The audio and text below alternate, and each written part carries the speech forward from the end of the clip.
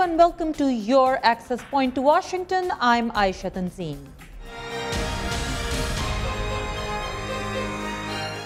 Pakistan and Iran have finally laid down the foundation stone on the gas pipeline that had been in the pipeline for years. But the U.S. is not happy.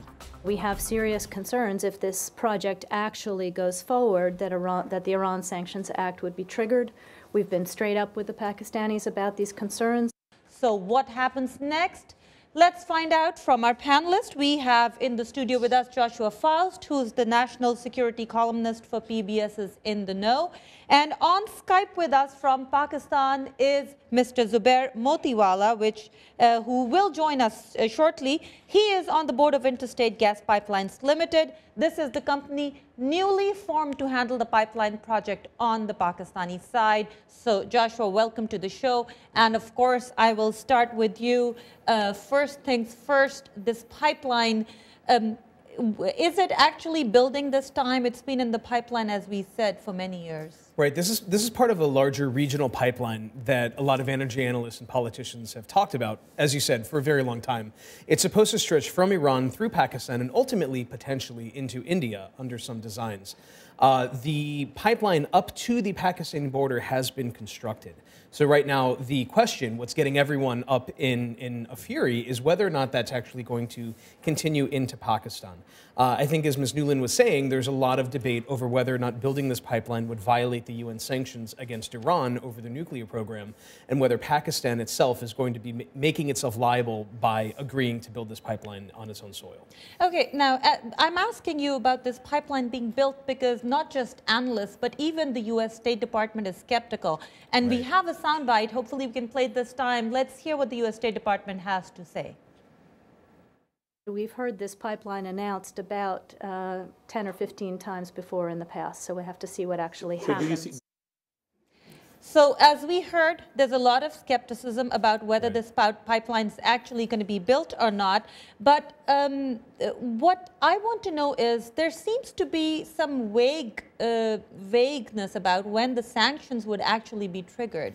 Right, and the State Department has been unclear about this. I think there's a little bit of intention behind that. If they're not clear about exactly when sanctions come into place, it gives everyone a little bit more maneuvering room to be able to work out some sort of solution among themselves. At the same time, there is a strong sense that building this pipeline actually will trigger, if not UN sanctions, then at the very least US sanctions against Islamabad. And without there being more clarity about what exactly that point is, it's just going to be hanging over everyone's head. And I am happy to welcome Mr. Zubair Motiwala with us on Skype from Karachi, a very important member of the Pakistani business community. He's on the board of the company, as I just mentioned, the Interstate Gas Pipelines Limited that's going to handle the project on the Pakistani side. Mr. Motiwala, welcome to the show. Thank you. Mr. Motiwala, we just heard U.S. State Department spokesperson say, and we hear a lot of analysts say, well, it's been in the pipeline for many years. Pakistan's been talking about it. They're not really going to build it. I mean, that's not exactly what the State Department said. They said, we'll see what happens. But the implication is it's not really going to happen, is it? What what she's just said and I heard, I think she's right, because this project is, actually it was conceived in 1951. It's so long back that many a times this was taken up and then dropped. The reasons behind the pipeline not being constituted, not being erected was not that there were problems with the bilateral relations. The problems were that each time after 51, we had surplus findings of gas. Exploration gas was going on, and we were on the mark. Pakistan's production was good enough to cater for the needs of Pakistan. But in the last 4 or 5 years, Pakistan's gas is depleted. Although I can't say depleted, actually we have added up to the gas, which is 3,800 million cubic feet worth of production. Today we are at 4,200. New findings are going on, but our growth has been more than what the requirement is. We put up many power plants of gas because of the scarcity of power. Basically, Pakistan is a power-starved country. We are in scarcity of power to a tune of about 35%.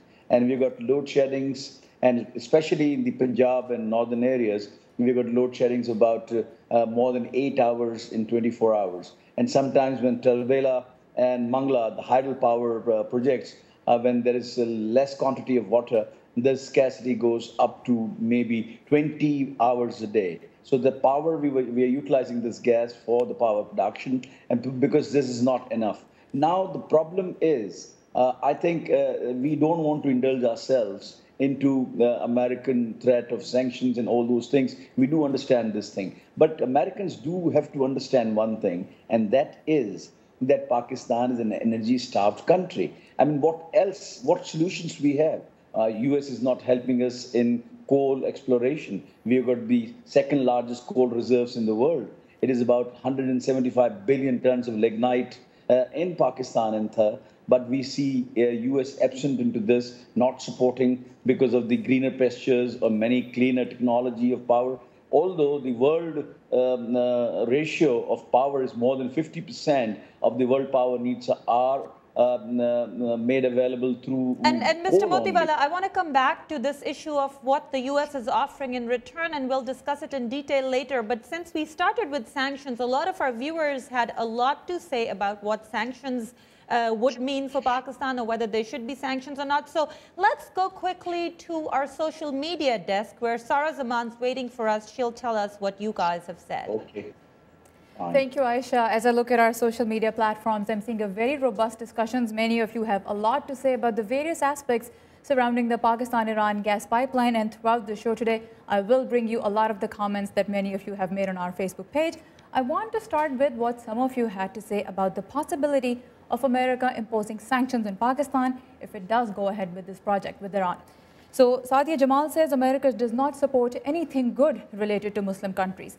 If it wants, it can impose sanctions. Pakistanis are facing a serious crisis, and if there is a possible solution, then it should be supported. Akmal Siddiqui asks, why is there an issue of sanctions? We need energy, and America should mind its own business. Noman Masood says, this is just blackmailing. US has no right to interfere in Pak-Iran relations. And Atiq Khan says, Pakistan and Iran are not America's slaves. It's Pakistan's right to take a pipeline for the development of its people. Now, some people have also suggested that the US should sign a civil nuclear deal with Pakistan, similar to what it did with India, and then maybe Pakistan will not need to work with Iran on the pipeline. On our social media platform, there is almost unanimous opposition to the idea of US sanctions on Pakistan, but when we asked our viewers what they knew about the type and purpose of any possible sanctions, most of them did not seem to know much. Mohammad Zishan here says that he has not heard any details in the media about the nature and reasons for those sanctions, while several others are asking why no sanctions have been imposed on China, India, or Japan, who are already doing business with Iran. You can read several of your comments and what your other fellow viewers and readers have said. You can go for that on facebook.com/accesspointwith80 and also on facebook.com/SarahZamanTV. You can also post your own comments there. Next, we'll talk about what you think of the security issues surrounding this project. But for now, we're going to go back to Aisha Tanzim.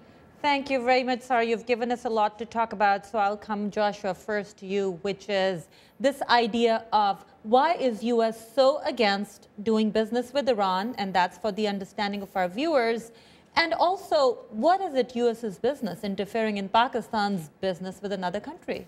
I mean, ultimately, it comes back to Iran's nuclear program. They've been developing the capacity for both nuclear power generation and, people think, nuclear weapons, in violation of UN sanctions for a number of years. And it is those UN sanctions, actually, that are primarily at stake here. One of the cornerstones of President Obama's Iran nuclear policy has been getting wider international consensus to crack down on Iranian economic activity, Iranian business relationships, and Iranian energy relationships. And actually, some of those countries mentioned by one of your viewers, China, Japan, they've all scaled back their involvement with Iran's energy exports. And that's been in response to these UN sanctions. So it's going down. Now, Joshua, I'll interrupt you for just a minute because Pakistan's foreign finance minister and foreign minister, former foreign minister, Mr. Sartaj Aziz, has just joined us on the phone. Mr. Aziz, welcome to the show. Thank you very much. Mr. Aziz, I want to ask you something. As a politician, this is happening in the very last week of the government, and some people are suggesting it's an election ploy. What do you think? Well, it could be part of it because obviously it is just in the last week of this government, although the agreement was signed in 2010. And as a result of that agreement, Iran went ahead and built their side of the pipeline, and we were supposed to build it up to this deadline, which is about to expire, and they have extended it now. So I don't know what persuaded this government to not take up this matter last year or 10 months ago or 6 months ago and run it now. But the basic point is that our energy needs are becoming more desperate, and particularly gas. In the case of oil, we are trying to import coal to produce power, but in the case of gas, we have no substitute. Turkmenistan is an option, but of course, Afghanistan is in between, and it has not been possible so far to conclude that. So the need is desperate, and there is, of course, concern about American. Mr. Aziz, you have handled Pakistan's foreign policy. Do you think Pakistan is ready to handle the possible political fallout if American sanctions are triggered?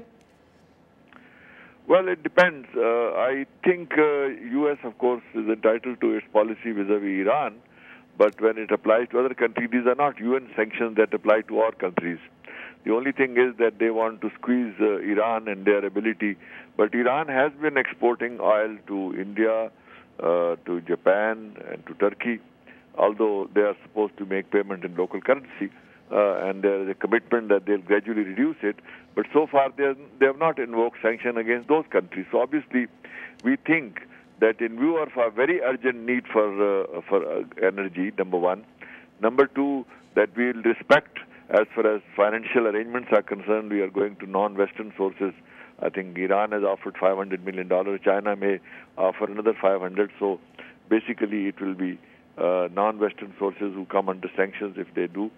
So I have a feeling that with proper diplomatic efforts, USA might be persuaded not to invoke their sanctions in this case because we have no other alternative. Okay, now one more question, Mr. Aziz, to you, and then I'll come to both Mr. Zubair Motiwala and Joshua Yu, which is Pakistan's Law Minister, Mr. Farooq Naik, has also said the same thing that you did, that the U.S. will probably not. Do you think this is a result of some backdoor dealing with the U.S., that Pakistan's so confident that the sanctions will not come into effect, or do you think Pakistan's just hoping for the best? Right now, one can't say it's a deal because this is an outgoing government, and obviously when the new government comes, they will have to review and take into account all this, the factors. One of the factors that worries me is the rather high price that we have agreed. During my tenure in the finance ministry, when we were negotiating with Iran, we were offering them $3-4 per MCM, and they were talking about 6-7. Now it is 13.5. So it is, although prices in the meanwhile have gone up, and the oil price parity was 70 and now it is 78. So there is some sort of concern about the price because it will raise the price of gas overall in the country. But still, since we have no gas, expensive gas is better than no gas. Than no gas. So I think that U.S. can be persuaded, particularly with the situation in Afghanistan. There is a hope that since the next 2 years, they need to exit from Afghanistan. This will not be the right time for them to invoke something that will create a serious crisis in that situation. And I see, Joshua, you want to add something to that, but I'll come to you in just a minute. I want to go to Mr. Zubair Motiwala first, which is something that that Mr. Sartaaj Aziz mentioned, the price of oil. A lot of people have suggested that Iran is facing sanctions from UN and US. It's almost isolated, if not completely, at least partially, and they're saying Pakistan could have negotiated a much better deal. What do you think? Right. I mean, this 13.5% or the 77% of the crude oil price is quite a high price compared to the prevalent price in Pakistan, because industries are getting gas at about $6. It is almost more than double what we are getting. So the injection of the 750 MMCF of gas would definitely push up the price.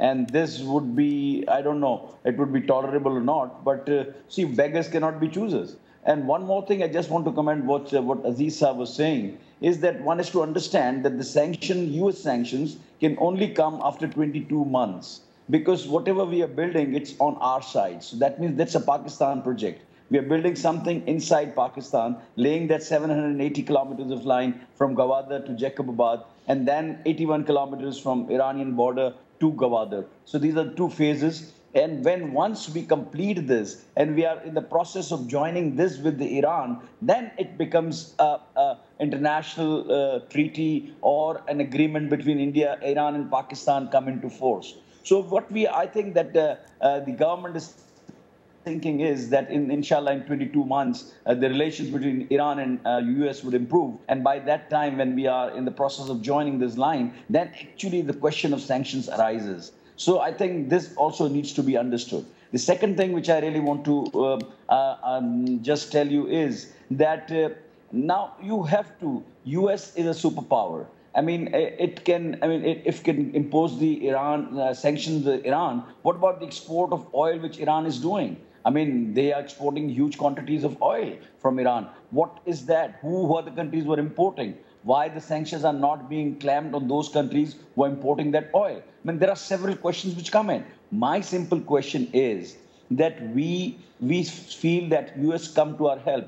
We have been pleading more trade with the US rather than aid or anything else. We want that textile exports from Pakistan should be 0 rated or at the concessional rate of custom duty into US, as you have given to so many other countries. We are going towards that side, and now we are talking about the imposition of the sanctions and embargoes. So I think this would kill Pakistan. I think. Okay, since you mentioned, you've raised a couple of issues, and Joshua, I want to come to you. But before I come to you, since Mr. Motiwala mentioned what U.S. is doing, this question was also raised in a State Department briefing. Here's what the U.S. State Department had to say about it. Sure. We are supporting large-scale energy projects in Pakistan that will add some 900 megawatts to the power grid by the end of 2013. Fueling an additional 2 million households. These include renovating the power plants at Tarbela and the Mangla dams, modernizing the thermal plant at Guru, Jamshora, and Muzaffargarh, and building new dams at Satpara and Gomel Zam, as well as our work together on the Tapi pipeline. And Mr. Sartaj Aziz, I want to come to you. You think these things that the U.S. State Department has mentioned are not enough? Do you? Mr. Aziz? Whatever she mentioned, we are very thankful. For Gomel, for Tabela, for uplifting, we are very thankful to the United States. And we believe it's not enough. All this makes, if I'm not wrong, about 900 megawatts of electricity. And what our shortage today stands at about 6,000 megawatts. So one is to understand that there is a difference between 6,000 and less than 1,000. At this point in time, our Vision 2018 tells you that we'll be short of electricity by more than 18,000 megawatts. So we need to cope up with our growth rate, with our population rate. And if we want to grow and become prosperous and independent, I think we need to utilize the coal and the wind power and come up with this. And then we don't want to buy this expensive gas, but we don't have any options. Okay. And you have to give us some options. Okay, so let's come to you, Joshua, because you've been nodding for a while. You want to add stuff to all of this. Take it away. Well, I mean, at a basic point, Pakistan does have a strong argument. There's a severe energy shortage. They're desperate to find some source of it. From the U.S.'s perspective, I think the response has been inadequate. The reliance on the Tapi pipeline, building a pipeline through Afghanistan, I think is a dream. It has been a dream since the 90s. So, I mean, you know, clearly people are grasping in the dark now about exactly what to do in response to this.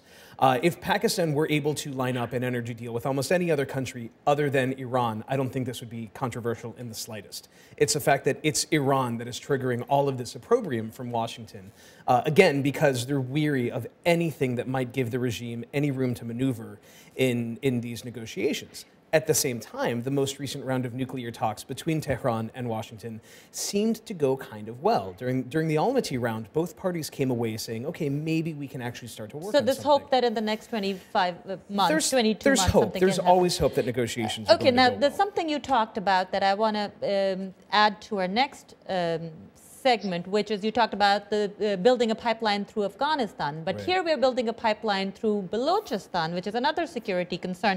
But before we talk about it, we had a lot of viewers who talked about this. So let's go again to our social media desk. Sarah Zaman's waiting for us. Sarah, take it away. All right, so considering the security situation in Balochistan, we asked they think the government can ensure safe construction of the gas pipeline. And I'll read you some of the comments that you made on our Facebook page. M. Muslim Dahani says, if Balochistan is provided with gas and jobs, then we, the Baloch Javans, will protect the pipeline. He says it's a dynamic project and the government of Pakistan should give priority to Baloch people. Saifur Rahman says that Balochistan's situation will get better once foreign troops leave Afghanistan. The project will be running by then and can be completed safely. And Wasim Ahmed thinks there will be a lot of issues. He says attacks on Chinese and other foreign workers in Balochistan are examples of the hurdles that could come up. But many people like Hidayat Rahman, Hamid Awan and Naik Muhammad are hopeful that the project will be completed safely and on time. Now, can this pipeline solve Pakistan's energy crisis? I'll tell you what some of you are saying about that, but in a few minutes. Thank you, Sarah. And let me go back to Mr. Sartaj Aziz. Mr. Aziz, can you hear me properly? Okay, I feel like his phone line has dropped out, so we'll try him again. In the meantime, Mr. Motiwala, building a pipeline through Balochistan, given the security scenario, can Pakistan secure that pipeline? And if so, how much would it cost and who will bear that cost? We understand that Balochistan's position might have some security problems. But one thing what we have done is that while laying this pipeline, we are trying to see that the pipeline is safe, even in the case of some sabotage. We are putting it into the concrete slabs, and the cost of this entire project is high because of this security risks and security risk covers which we are taking into account.